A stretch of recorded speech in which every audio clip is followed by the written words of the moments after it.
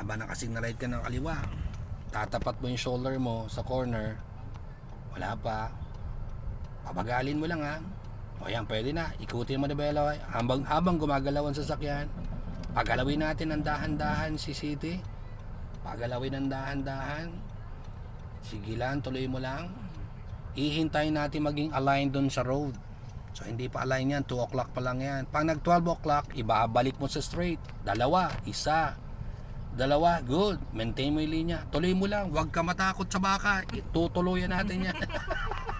Alam kong tinitingnan mo yung baka, pero diretso mo lang. Basta sa semento ka lang dadaan, huwag mong ihuhulog yung sasakyan natin. Check mo left and right.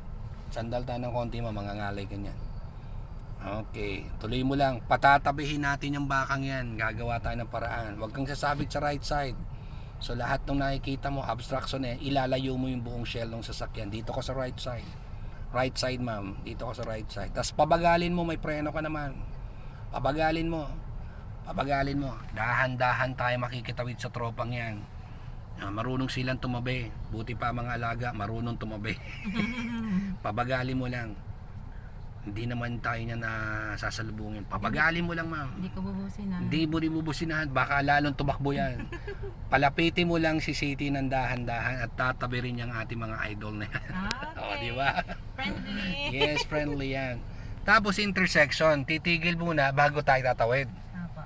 So titigil ka muna bago nabatiin ang intersection. Sige, forward pa ma'am. Forward pa, konti pa. Konti pa. And stop. Medyo blind spot tayo ng konti sa right side. Ganon din sa left side. Gapang ka lang habang tayo tatawid. Habang nakaready ka sa brake pedal. Release sa brake pedal. Release. Tuloy-tuloy ang gagalaw. Pabante lang. Tatawid ka lang. Go cross lang. Oh. Silip kaliwat kanan. Mabilisan. Safe? Apo. Okay daw, tuloy na tayo. Padaanin mo dyan sa maliit na kalsadang yan na hindi ka sasabit. Kasya ba ako? Tingnan natin. Kasya kaya? Kasya yan. Okay, o diba? Kasya. Kasya ka na. Diretso mo ulit hanggang dun sa dulo. Sa pinakadulo naman, magra-right tayo. Huwag ka masyadong malapit sa left side. So, igitna mo lang yung buong sasakyan sa buong semento. Ito ay one way lang naman. Okay. Okay lang lumapit sa right side pero hindi ka rin dapat sumasabit. Kasi pag nasa public road na tayo, may hati na sa gitna, lagi tayo nasa right side. Pero yung gilid, babantayin natin na hindi sumasabit. Pwede kang keep right pa ng konti. Keep right ng konti pero hindi sasabit yung gilid. Signal light right, subukan naman natin mag right. Ayan, naka-ready na yung signal light to the right. Ganun pa rin, meron tayong shoulder as reference pansamantala bago tayo mag-right. Tingnan mo po yung right side mo kung saan papunta.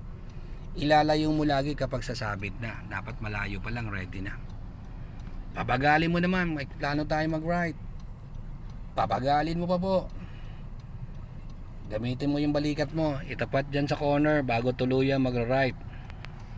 Itapat muna ha. Di pa. O yan, pwede na. Pagalawin mo habang iniikot yung manibela. Yan. Sige, hanggang mag-lock.